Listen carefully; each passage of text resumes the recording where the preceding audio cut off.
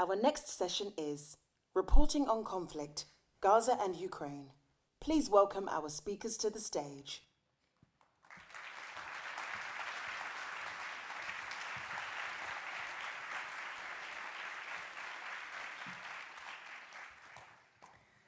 Good afternoon. So earlier today we spoke about how AI is disrupting journalism, and in this session we are going to look at some of the other challenges faced by journalists around the world. And as I said earlier this morning in my opening remarks, journalism is one of the most dangerous professions in the world, especially when you are reporting from a conflict zone. This year alone, you heard in the VT, more than 100 journalists have been killed, the large majority casualties of the conflict in the Middle East. And in this panel, we are going to be hearing from two incredible women whose experiences really demonstrate the extraordinary courage and the resilience that is demanded by the profession, in particular when war hits your doorstep. Journalists who live and work in Ukraine and Gaza have turned themselves into war correspondents. And as a reporter, how do you remain objective when your story affects your family, your colleagues, your friends, and how do you continue to operate? How do you preserve your mental health when reporting from something that is so personal? As you've seen from the wording, the testimonies that we will hear in the panel are really raw. We've spoken to both Yumna and Sevgil, and they believe it's important that they share these stories because as a community, we have a duty to understand what it takes to report the facts when your own life is on the line. I would like to ask you to join me in welcoming both Sevgil and Yumna to the panel.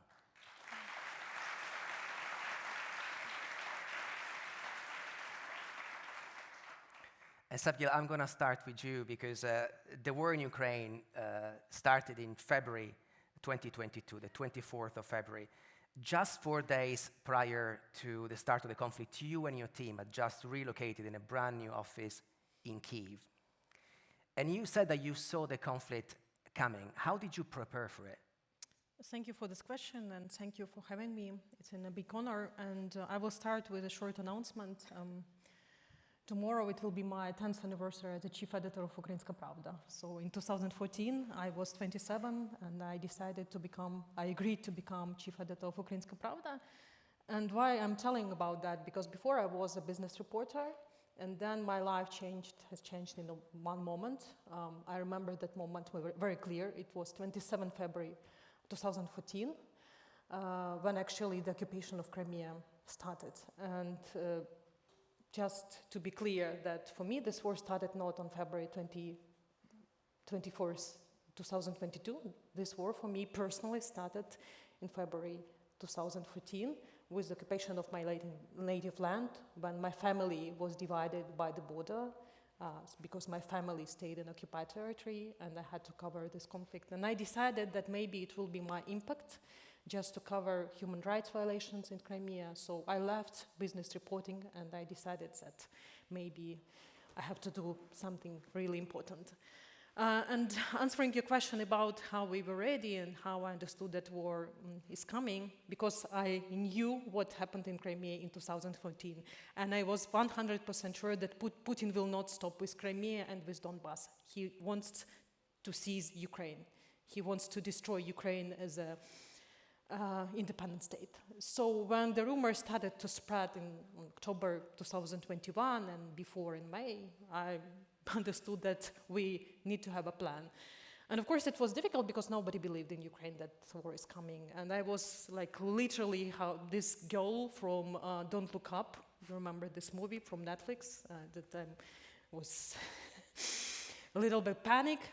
We had to have our security plan, we have to evacuate people, and actually what happened to us in the first days of war, that we had this security plan, and I wrote this security plan thanks to international organization, foreign organization. I asked United Nations, do you have a security plan, can you share with us? And then wrote this plan to our editorial room. And we also evacuated the part of the team to the Western Ukraine, we divided the part of the team, and then they worked from abroad, and it was really necessary. Of course, I didn't expect this level of horror that happened, but even it helped us to save the lives of our people, because, for example, in the first days before the war started, one family was evacuated. I said, okay, you have to go to the western part of Ukraine. And they were from Bucha. And then, so they decided to leave Kiev. And then in 2 weeks, when the invasion started, the dad of our colleague was brutally killed in Bucha. And I understood that probably they also can be themselves as victims of this war. And how it started in 24th of February, I woke up at 4 a.m. And actually this first title in Ukrainska Pravda, Putin announced the war. Yes, it was made by me and news editor who worked that time. And then we are still here, we are still in 21st of February, and it's for all Ukrainians, not only for journalists, for the journalists who work and who cover this conflict. This is for all Ukrainian nation. So we still live this as a long day, 24th of February. Sevgil, you are still based in Kyiv, and I think it's worth stressing this. At the very beginning of the conflict, you considered leaving, you considered moving the newsroom out of the country. What made you stay? Because we have to be with our people. For journalists, the way how we journalists work, we have to work for our audience, and if our audience stay, we also have to stay. And I remember how in the first days of invasion, I told to my team, okay, we have to work hard, because I don't want to work in exile.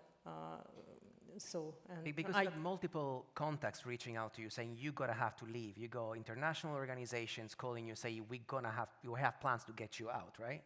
Yes, and actually journalists didn't want to leave, even to Western Ukraine. When I asked them, you have to, because this is my security plan, and you have to listen to me that time. And they said, okay, we don't want. We are staying in Kiev, we have to cover the war.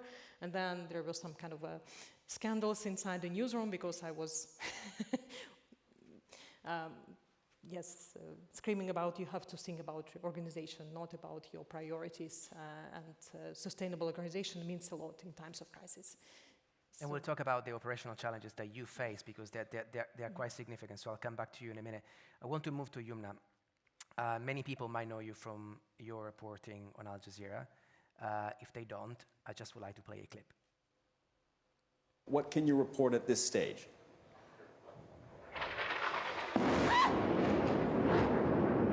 All right.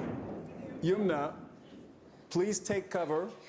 If you are in a position to do so safely, you can explain to us what we're happening. If you are not in a position to do so safely, then please get to safety. No, it's okay. This is a missile attack on Palestine Tower, right in the middle of Gaza City. Yumna, take a moment to breathe. Take a moment, you and your team. I think that deserves an applause.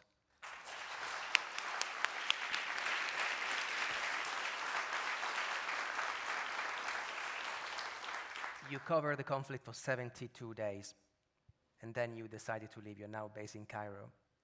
And one of the reasons why you took this decision is because your 12-year-old daughter, Aline, told you they're going to kill us because of you. You believe you've been targeted for being a journalist. Tell us more. Well, being a journalist in Gaza is not like being a journalist anywhere else in the world. Because being a journalist in Gaza, in every single conflict, escalation, even if you're just covering protests on the border, it means that as long as you're labeled as a journalist, you're a legitimate target for the Israeli army. And this has been going on for years. It was not just this past year or the year before. It has been going on. It's a history for targeting Palestinian journalists, especially in the Gaza Strip. And in this particular war, it was very clear that the targeting of journalists was not just deliberate, it was being carried out in a very intense manner. So at the beginning of this genocide, in the first week, all our media offices were targeted. And by targeting our media offices, it's that direct way of making our work or job as journalists extremely difficult, because we don't have any more tools or equipment or instruments or even a place to operate from.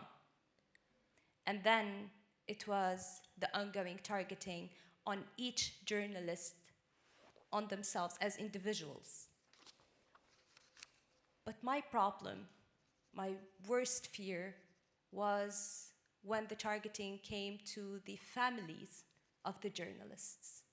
You're out there in the field, you're used to that. You're used to hearing bombardments, you're used to seeing those bullets shot at you and these targetings in the residential homes. And this is something you're used to, especially in a place like Gaza. It's constantly happening. But I never imagined that I would be a sense of threat or danger to my own family. I mean, I did my best to get a residential home in a place where it is supposed to be completely safe. There are no military camps in that area or neighborhood. It's in a very safe, and the building, before it was built, the coordinates of that building were sent to the Israeli army to make sure, and that's, by the way, a procedure or routine in Gaza before a new building, a residential building is newly built, okay? And the Israeli army sent to say that, to confirm that the area where the building is going to be built is completely safe. We had a residential building for UN foreign staff. That was the neighboring building to my residential building. The only French institute in Gaza was right at the same street, just a couple of meters away from my building. So I'm just giving you an idea of how the area, how safe the area looks and the neighborhood is. So I've watched my colleagues get targeted. I've watched their families get targeted. I've watched Wael Dahdouh's family get targeted and killed, and I reported about it. And it was devastating because it's like you're reporting on your own family. You know them, they're friends, and they're very close. And it's not easy to report when you're reporting about someone so close like that. But I received, or my husband received, a call by a private number, someone who identified himself as an IDF officer, telling my husband to take his family and leave our home, otherwise our lives are in danger the upcoming hours. And at that same time, our entire neighborhood was under relentless bombardment. And I kept on reporting, by the way. And every single time I reported on, like, live over the phone, the bombardments were in the background, and they were heard, and they were very loud. And when my husband told him, "You know who I am, and you're telling me to take my kids in this time out of my home, how can I risk their lives under relentless bombardment?" And he answered, "This is your problem, not ours. Deal with it." What did you do? I couldn't really do anything. I was trapped in our building, in our apartment. But that's like the worst feeling as a parent, because now you know that you are a direct threat and danger to your family. And the most thing that any parent in the world wants is to protect his children. That day, I felt like, well, even if I leave, there's nowhere to go. And staying means that I'm a direct danger to them. That's when my 12-year-old told me, they're going to kill us because of you. Talking about the risk, not necessarily to your family, which you just described pretty vividly, the risk to your life in reporting. And I want to talk about your coverage of the Jabalia refugee camp. This is the largest refugee camp in Palestinian territories, 100,000 refugees. On that day, you were reporting when suddenly you again got notice of a missile that was going to strike. Can you tell us what happened that day?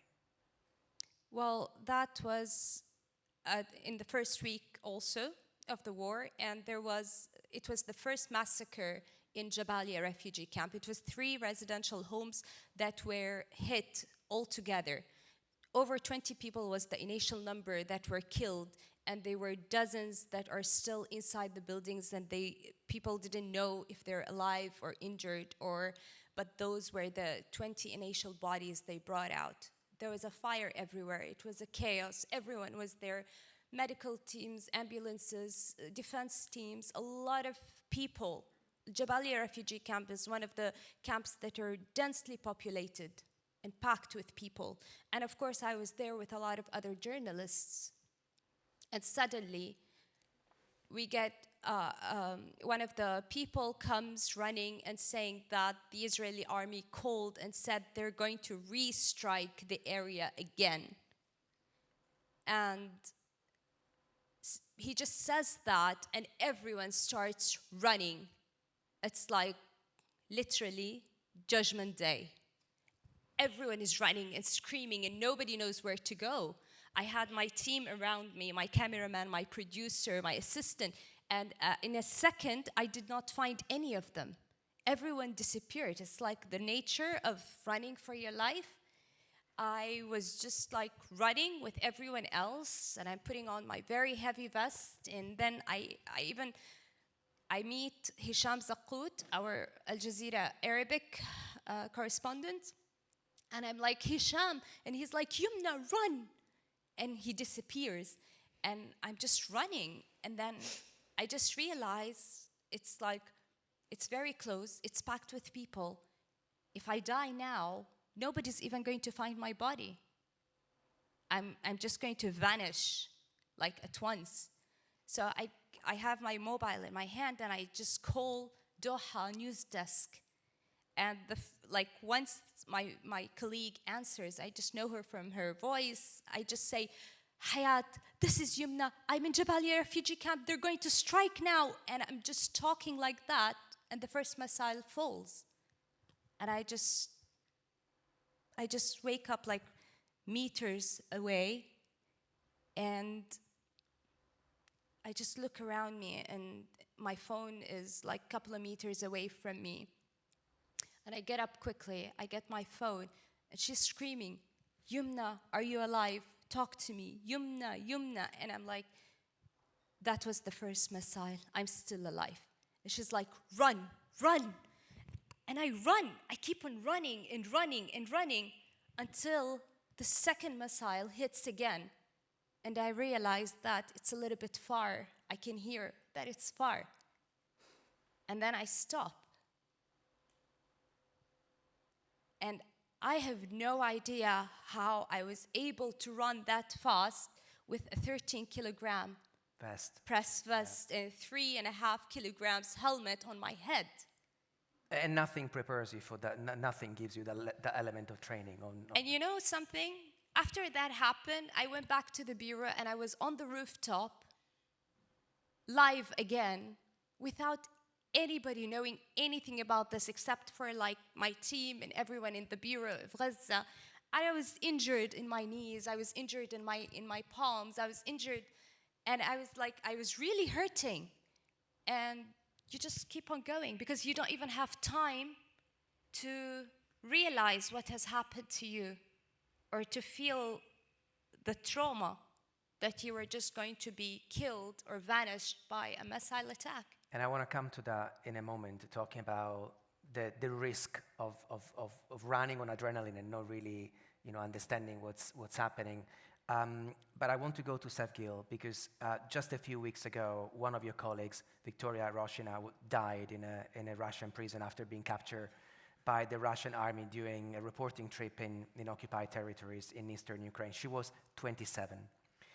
As a leader of a news organization in a country that is hit by war, how do you lead and how do you ensure the protection of the people that work for you?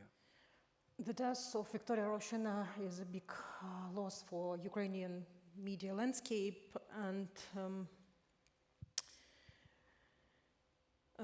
I still have no words about how to speak out about it, because she was 27, and for her it was important to cover the life of people in occupied territories.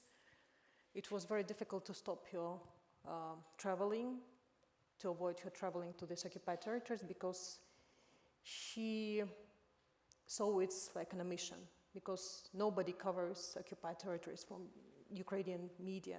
We don't have an access to this occupied territories. It's dangerous.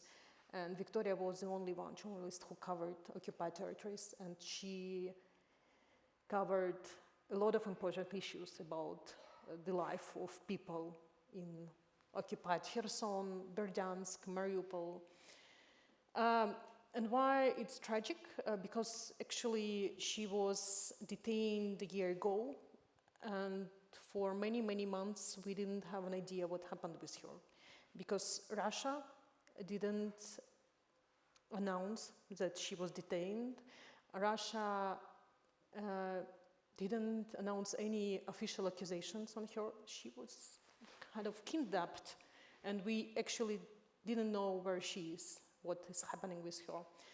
In international humanitarian law, the status goes like incommunicado. So what does it mean? The person doesn't have an access to any lawyers, any human rights defenders. She can send letters to her family members, and this was her status. And as we understood, and we didn't know about it till the announcement of her death, that Victoria announced a hunger strike for her illegal prosecution and her illegal detention in prison. We are still on our way to investigation. It's a tragedy for all journalists in Ukraine.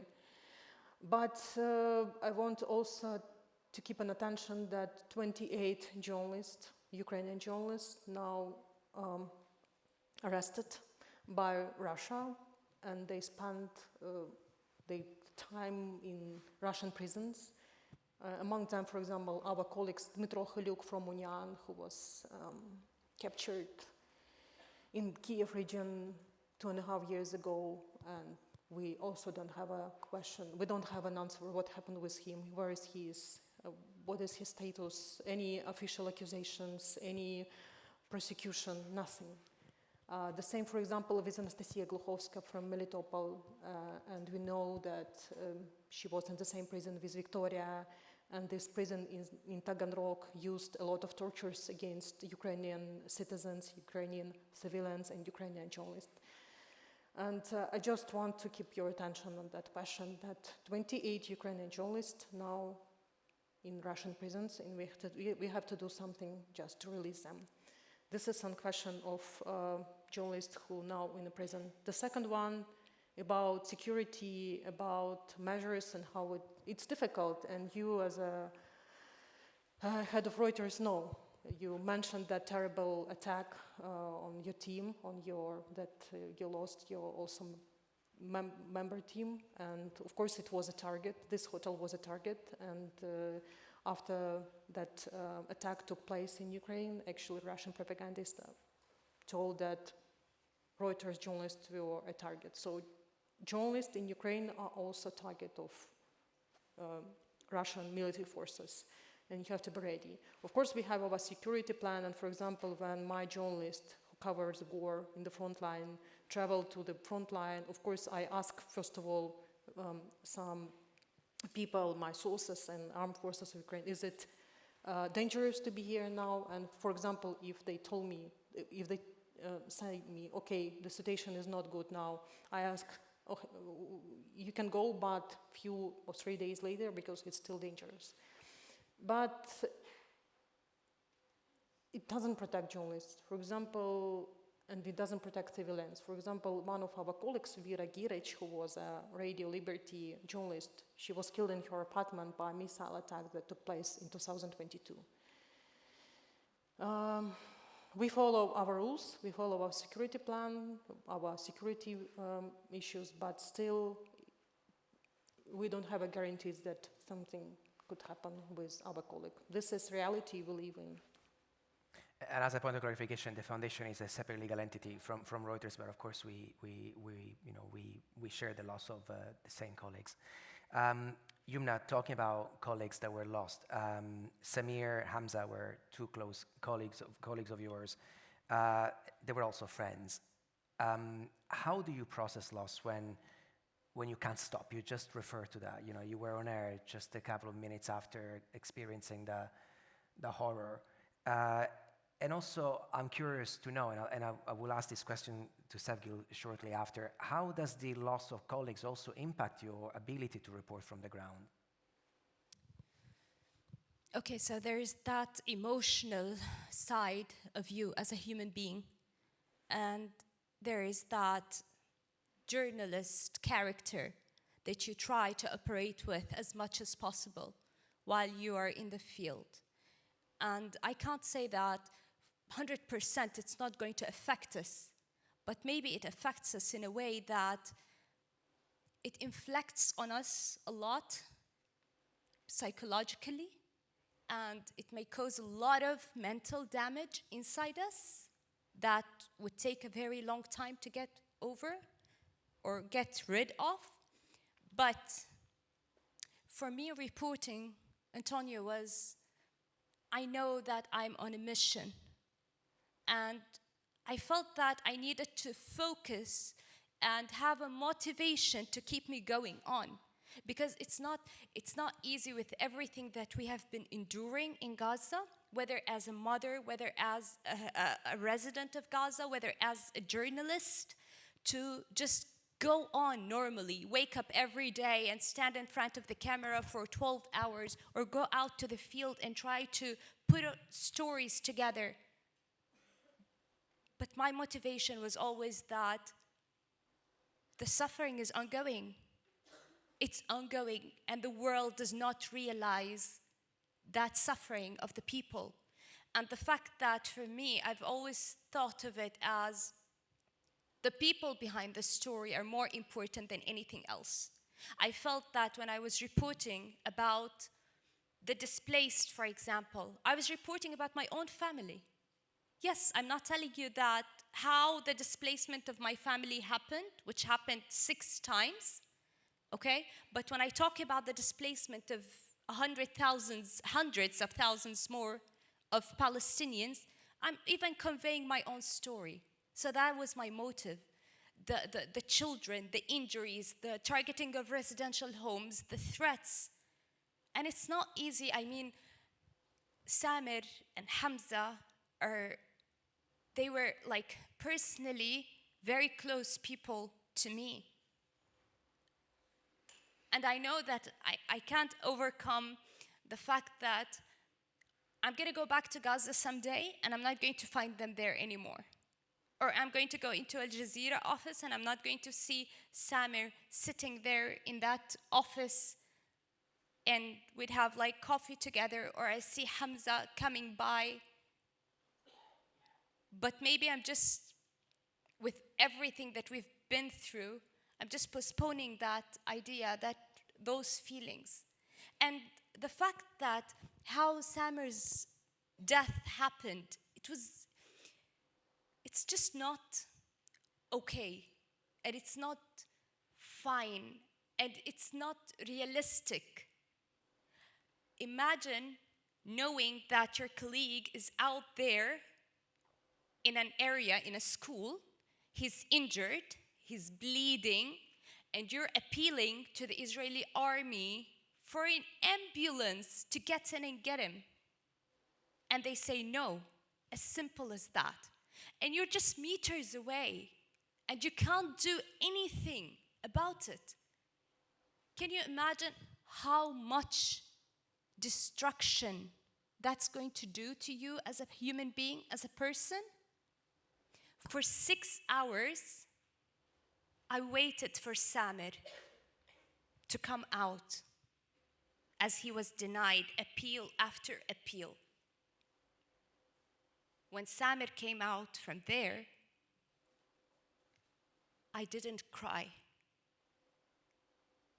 I lost the ability to cry when I saw him come out dead with injuries in his chest and stomach and bleeding a lot of blood, and he was dead.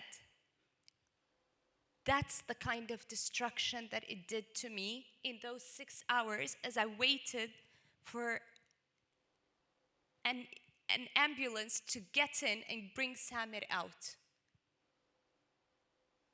When Hamza was killed, after that, I wasn't able to cry. You spoke about your inability to cry even after you left Gaza, and I want to go back to that. Talking about colleagues that were lost, not necessarily because they lost their lives. Sabgil, you had 11 of your colleagues that decided to abandon the profession because they wanted to fight for their country. What happens to a newsroom when you have 11 colleagues? I think some of them were investigative reporters that had been working on they've been crafting stories for many years. What actually happens to the operations of your newsroom in a situation like that?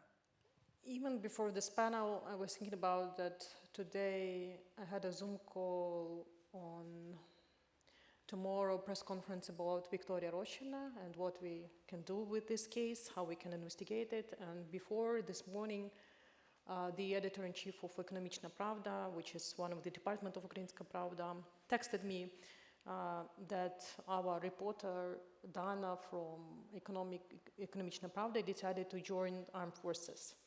And so it means that we have already 12 people in our team that joined armed forces of Ukraine. Dana is 23 years old. She is a brilliant in covering agricultural sphere. And then today she said, I think it's not enough. I have to join an army.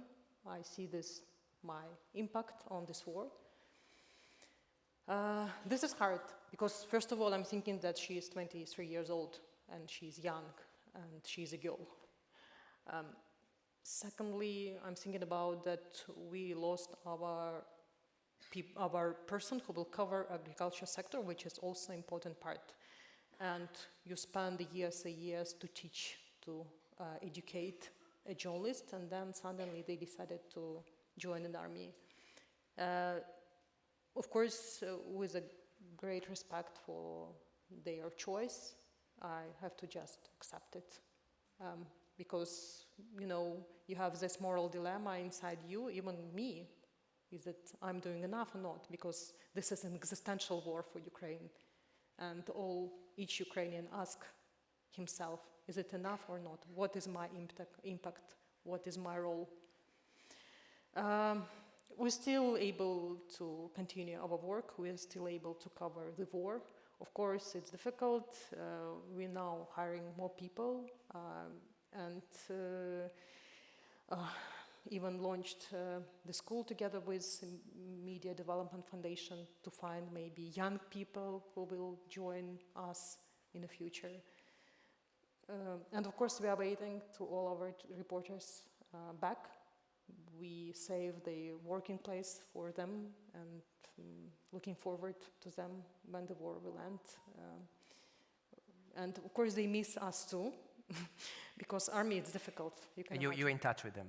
Yes, of course, all of them. And sometimes even, for example, with the situation with Victoria happened, two of our colleagues asked, could I write something for you about her? For them it was important to remember her and to write something. And of course they dreaming about coming back. Our videographer, for example, Eldar, he joined an army in 2022. he even more active in our common chat than he was before, because he misses us so much. Yumna, you spoke a little bit about processing trauma. And I remember you talking about you moving to Egypt after 72 days of reporting the war for multiple reasons. We've spoken about your family and the impact on your family. You said that once you arrived in Egypt, you weren't able to speak for a week, I believe. You know, there are war reporters, some amazing war reporters that choose this profession. You didn't choose to become a war reporter. You became a war reporter because of the events that engulfed your life and your family. And everybody processes in different ways. But what support has been made available to you throughout the process? Again, we were talking about duty of care. Sagbigel obviously spoke about duty of care from a perspective of somebody who hires journalists in their newsroom. I'm curious to understand how duty of care affected you and whether you even wanted to consider the help. You've spoken about the importance of you being on a panel like this because it helps you with your recovery. Can you help us unpack that? So, yes, as a journalist, as a correspondent for a place or in a place like Gaza, maybe you did not choose, or I did not choose to be a war correspondent, but Gaza is really not that, it's not like a peaceful place, and it's not a place where it's very like settled and there's no ongoing conflicts every now and then, escalation. But I would go out to the field and I would cover all these events, Antonio. I don't have a problem with that as a reporter, as a journalist. I think the most that affected me personally, and I can't get over until now, is the damage, or the damage that was done on a personal level. For example, the damage and the fear and the horror that was imposed on my children because of me, okay? So, for example, when the Israeli army came to our place, after that call I told you about, 2 days later, the Israeli army was under my building. So, that night, we did not sleep for a minute because of the ongoing bombardments. They did not stop. It was like morning while it was late at night. I think we got some pictures. So that's your apartment, right? Yes, that's my apartment building. So that's my building, and can we this is bring how the monitors here, please? This is the first picture actually. So this is how it started. From that angle, that's Mushtaha Tower, right opposite to that angle, and they started shooting sniper bullets on those windows out of nowhere. Now, we knew that they're coming, and we knew that they're down, like very, like around the area because of the night before, but then this is the alert that we got, that they're just by the building. And this is while we're at home. And any of those sniper bullets could have killed any of us out of nowhere, just like that. And then they started shooting the entrance of the building, like the other two pictures that you saw. All this while we're inside at home. Can you imagine the amount of terror? You said at some point in another interview that I listened to that your kids wanted to always sleep together. Yeah, like, so we always slept together. We slept in the kitchen most of the time, all the time actually, because it was far away from the windows and everything. And the kitchen bar was actually the hiding place for my children all the time during the war while we were still in our apartment. This is the place where they hid, all of them, all the time. And that day, when that happened, that entrance of the building, that gate was tank shelled as well. And we had to be inside our apartment listening to those bullets and tank shelling and those horrific sounds, terrifying sounds, and you're just anticipating what's going to happen next, right? I felt completely helpless, completely hopeless. I felt that they're going to kill us, like Aline said. They're going to kill my kids because of me. Do you think I can ever get over this feeling? I can never get over this feeling. In that moment, they spoke to us in their mics and they gave us 5 minutes to evacuate the building. Juju, my 5-year-old, had a kitten called Fluffy. And Fluffy was hiding somewhere in the apartment because of the sounds of the bullets. And we had 5 minutes to leave. My husband was holding my kids quickly so that we can get downstairs. And Juju was screaming, "Mommy, don't leave Fluffy." And I was looking for Fluffy and I couldn't find her. And she was crying and screaming, "They're going to kill her. Bring her."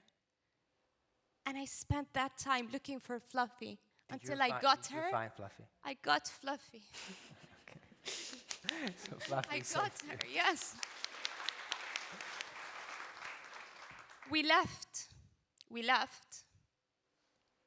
And 1 week later, our neighbors sent us that picture of our building, while all the other buildings are still standing. And by the way, they leveled it at the same time, but it was just too heavy for our neighbors to send that picture to us. So we kept on asking them, like, is our building okay? Is it fine? And that's not just walls. These are not just stones. These are our memories, our moments, our years, the childhoods of our children. When I exiled to Egypt, Juju asked me for something that might seem very normal. She told me, "Mommy, show me a picture of myself when I was young. I wanted to see if I looked like you more or like Daddy more." And it just hit me. I left, in those 5 minutes, I didn't get the hard drive that has all the childhood pictures of my children, the past 17 years. So I don't have a picture of Juju when she was a baby. I don't have my wedding pictures, my engagement pictures. I don't have anything. They have erased my history and my family's history in that targeting. Yumna, I want to give you the last word. We just already over time. I want to come to you for last word and to Sevgil. In your case, and we could talk for hours, but we don't have this time, so try to be as concise as you can. And I say this with the deepest respect towards your emotions and the story that you've been discussing, and we're very privileged to be hearing this. What message do you want the media community? There's a lot of media practitioners in the room. What message do you want to leave them with? So I've been here since morning. I attended all the panels. And I heard panels speaking about democracy and the dangers of AI and the coverage and how social media is spreading misinformation and disinformation and how it's dangerous on the journalism community that people are getting their news through social media platforms. But when it comes to this war and covering this war on the Gaza Strip, and this genocide, there is a clear, and it's not about, I'm not saying this for anyone to be offended. I'm saying this because this is the reality. There is a clear double standards in covering the Gaza genocide. There is a clear misinformation and disinformation. And there's a clear lack of integrity of journalism in covering the Gaza genocide. And it's very clear.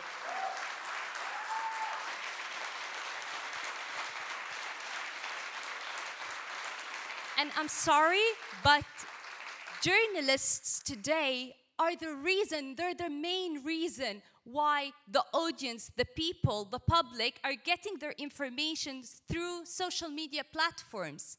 Because they're not doing their job in covering everything that's coming out of Gaza. They have been banned from entering Gaza, and they have left it there. When there's a lot that needs to be done. Look at the reality and address it as it is. There is a lot of breakage of law. All these international laws, humanitarian laws, freedom of speech, everything has been completely destroyed. And it has shown how much I don't find another word except, I don't know, is it like racist? The community of journalists has become in addressing the Gaza issue and the Gaza genocide. Because this is not just something that you can pass on. This is so much way more complicated. And I've said it before, if you're silent now, it's going to happen to you tomorrow. And it is happening to you. You, international journalists, have been banned and have been targeted, and this is just the beginning. This is just the beginning of it. That's a powerful message to leave to the community.